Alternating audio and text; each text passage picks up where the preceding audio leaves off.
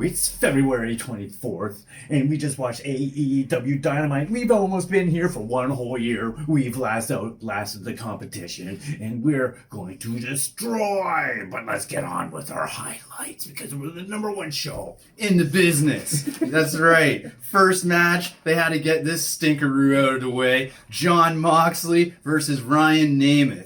And it's basically a squash. Moxley hits that paradigm shift so he can have plenty of time to talk about his feelings on the microphone. He pulls up a chair and sits down. He does the old AC Slater. He basically says he's going to take Hamburger Hill from Kenny because he woke up sad one day. Yeah, pretty much. So Barbwire match coming. All right, next match. We have Team Taz. It's Ricky Starks and Brian Cage. They're going up against the Varsity Blondes, Brian Pillman Jr. and Griff Garrison. And he's got that fake title with him again, the FTW title, or as I like to call it, fakest title in wrestling. And what do they do? Oh, yeah, Cage hits this crazy power bomb onto Pillman outside the ring into the post. Like, Pillman got effed up, eh? Yeah, and got banged off into the steel stairs there. I was just like, holy crap, because it was like, ding, stairs. It was like, ugh. Yeah, and then Starks is able... No, what happens? The Blondes are able to come back. They got him in a power bomb. One of those guys is on the top rope, drop kicks the guy, then they power bomb him. There's a near fall there, I believe. But Starks is able to hit this crazy spear. And basically, after that, it's the drill claw from Brian Cage. Count to 100. This match is done. Yeah, big win for the boys going into the pay-per-view. I said it before, and I'll say it again and again and again until you do it. Stupid drip claw, the drip claw, whatever you want to call it. Change your fucking name. It was like the most devastating move I've ever seen. Suplex into a sit-down power pile driver. Yeah, but, you really want to call it the drip claw? Like, come on. I was like, it deserves like a much more powerful name. Okay. Not drip claw. Well, if you guys out there in TV land have a better name, feel free to post it in the comments. Everyone will see it because there's only this one weird guy who comments, Dean Davis, and that's it.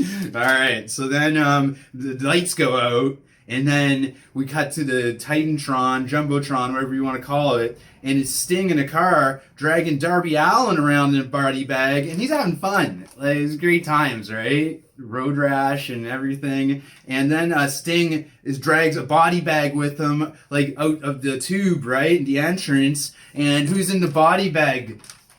Oh, man, it's Hook Taz. Hook Taz, man. You got the beats, man. What happened to him back there? He gets dragged out in a body bag. Oh, so Taz is doing commentary. He's beside himself. And then Darby is like doing the Shawn Michaels on the zip line. Like, I didn't know they were gonna do that, but they're taking it there. It's good to see, I suppose. He goes into the ring, so he's paying homage to his buddy Sting. He used to get dropped from the wires there. And then proceeds to skate fuck those guys with his board. Oh, truck fucks galore. That's right. And and Sting cleans house too. Like, he's doing stinger splashes. Then he hits the Scorpion Death Drop on Cage. He takes Brian Cage to town. Like, Stinger's back, guys. You know what? I'm a fan of Sting now, but when you're not going up against Team Taz, it's fucking easy to do. Yeah, like, I did like last week them dragging him around the body bag. All right, so then there's some type of backstage interview going on. Yeah, Tony's got Kip and Miro and Penelope. And what are they doing, Dave? They're just like... Charles can come back anytime he wants. He has to grow up and be a real man and stop hanging out with lazy people named Orange Cassidy. He can come back because he ironed Miro's clothes the best. He squeezed him fresh orange juice every morning. He can come back, but don't come back, man. No, man. Like, go find another fucking story to go and deal with. Chuck, man, you guys are much better than this trash pile. Well, they're gonna finish it. Everything's gonna be wrapped up at Revolution. Oh, good. Tag match Good, yes. at the Revolution pay-per-view, March 7th. Our 1 year anniversary. 1 year anniversary for Dave and Jay's Powerbomb. Crazy. 1 full year of this shit, guys. All right. And then we have Brandon Cutler, Jobber, versus Jake Hager, MMA demigod. And Hager does these wheelbarrow suplexes where he just deadlifts Cutler and throws him over his shoulders, German suplex style. And then he's got this crazy finishing move that he does. This was a squash. Like, come on, Cutler's not winning. And crazy crisscross clothesline. Cutler sells it real well into some corkscrew backflip. And it's done. Yeah, I'm going in there and I'm thinking, like, Cutler's got a strange strategy. I'm like, I don't know what's going to wear out first, the mat or is he? And clearly the mat was much stronger than Cutler because he just kept beating it. Feed Bold them wins strategy. on dark. Bold strategy. So they can lose on Dynamite.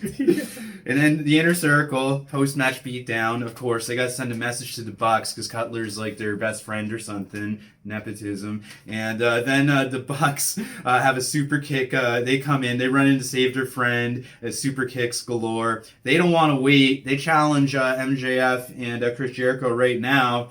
But then we're backstage on the Jumbotron. Papa Buck is bloody and beaten, Jay. Oh my God, what are the boys doing? I suspect they must have just found Papa Buck and he must have tripped and fell. And a couple times they were trying to hold him up, but he was just so woozy. He kept falling over and he got his blood all over the nice artwork of his sons there. And then they try to hold him up again. And then it's just bam, again.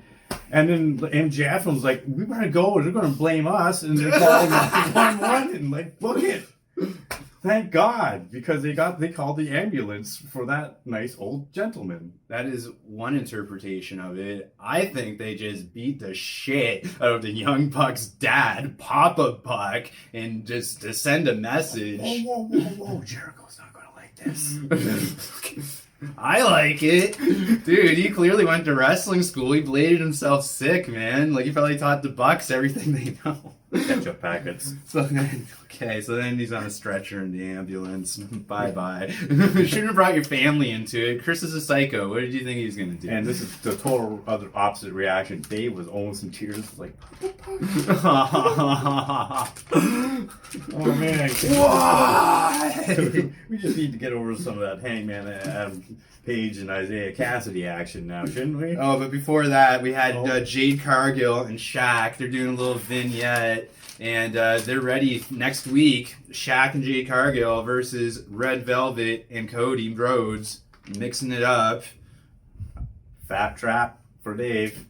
Mixing it up is code for she probably used to cook crack. What? All right. So never mind. I'm never going to go into the rant I had about them during the show. Okay. So then we have Isiah Cassidy versus Hangman Adam Page, and they're gearing up for that match. Hangman versus Big Money Matt Hardy, big money match. First quarter, 21 wages on the line. 2021 wages. Yeah, and Isiah, he's accompanied with Money Matt there. And they came out with TH2 as well. Matt Hardy seems like he's assembling a stable of dudes. Wait, did they enter, get out, just... Hold on, we have to do it. Okay. Woo! TH2. Feels good. Yeah. Okay. So then, Hardy hooks the leg for a little distraction on Hangman, which allows Isiah a slight advantage. But then John Silver and Alex Reynolds come out for the save. Show of support, unity, Dark Order. And then Hardy's ejected by Audrey Edwards. Good call. Page hits a rolling elbow strike, but Isiah Cassidy's got some pep and spunk. Like, he kicks out. Not only that, he was working on Page's arm so he could prevent him from doing that buckshot lariat. Did it work out? We'll tell you in a few more moves here. Page hits a devastating Death Valley driver. Not looking good for Cassidy. But then Cassidy hits a reverse hurricanrana. That's a pretty good move. That was sick. And one, Hangman was able to sell it. I don't doubt him. But then Hangman's got this one move. I saw him. My first exposure to Hangman was the All-In pay-per-view right before they did their AEW show, and it's the Deadeye, and he's got the guy in almost like a, what do you call it, a back body drop, but then he just drops on his butt and the guy's head hits the ground. It's pretty nuts. Yeah, you see women do that in wrestling a lot. Oh, wow. Okay, so then Matt Hardy has some post-match words after. He beats the shit out of number 5 from the Dark Order and throws him off the stage through a table. So shit's getting pretty real, gearing up to Revolution March 7th. And then we have a pre-recorded segment, but it's so sick. Alex Marvez, creepy stalker, they're in a garage, and he followed Kenny to this workshop. And what's Kenny building, Jay? It's pretty sick. The John Moxley Exterminator Chamber. Yes. Or Extermination Chamber. It works either way. Yeah, I Yes. totally agree, because somebody needs to be exterminated. Kenny's a mad scientist. He's a psycho. And he's from Japan. I love it. Sort of. And then Callis, he's got Kenny's back. He has to chase Marvez out of there with like a power drill. It's pretty cool. And then we got a match for the AEW Women's Eliminator Tournament. And it's Nyla Rose versus Britt Baker. So unfair. Britt's got Reba with her. And Britt has to fight very scientifically during this match. Can I cover how this pretty well went? Sure. Okay, Britt starts off taking the beats, has a fit, lays some offense, takes the beats, and then Britt gets dirty, injures Nyla's arms, and works on it. And then it's kind of like just a whole bunch of beast bombs, Britt. I'm sorry, we love you and all. And this was just an absolutely stunning match. You girls were on par. But you know what? You should have gave it to fucking Britt, you fucking bastards. It's like, why are you... It's not fair. We don't want to see Nyla Rose up there. We want to see Britt as our champion. Like, who's gonna, like, win this tournament to, like, face, Sheeta at the pay-per-view? Is this gonna be, like, some Asian wrestler that, like, none of us have really even heard of? I'm kind of going for like, the magical girl, Sakura. But you know what? All of our favorites have just been knocked out. We've lost our Anna Jay due to why injury. isn't Britt in there? Ty Connie. We lost Ty Connie Yeah. because of the Native Beast smasher on YouTube. And who else did we lost? No, and Britt's gone now too, because so I kind of don't give a shit. Now we got to like it's kind of bad somebody, booking. you know? Whatever. All right. Yeah, We'll stop talking magical about girl. it. It's all you. We'll start talking about Okay. it. And then next week, MJF and Chris Jericho are going to hold a press conference. I wonder what they're going to talk about. And then we have the main event. It's the Face of the Revolution ladder match, qualifier match.